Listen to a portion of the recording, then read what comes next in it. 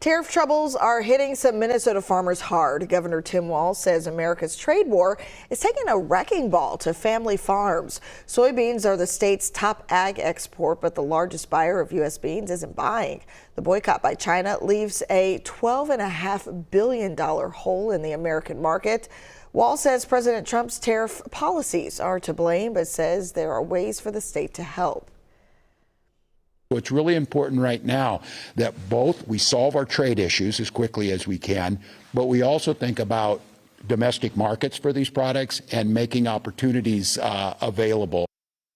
Sources have told CBS News the Trump administration is considering a $10 billion bailout for struggling farmers.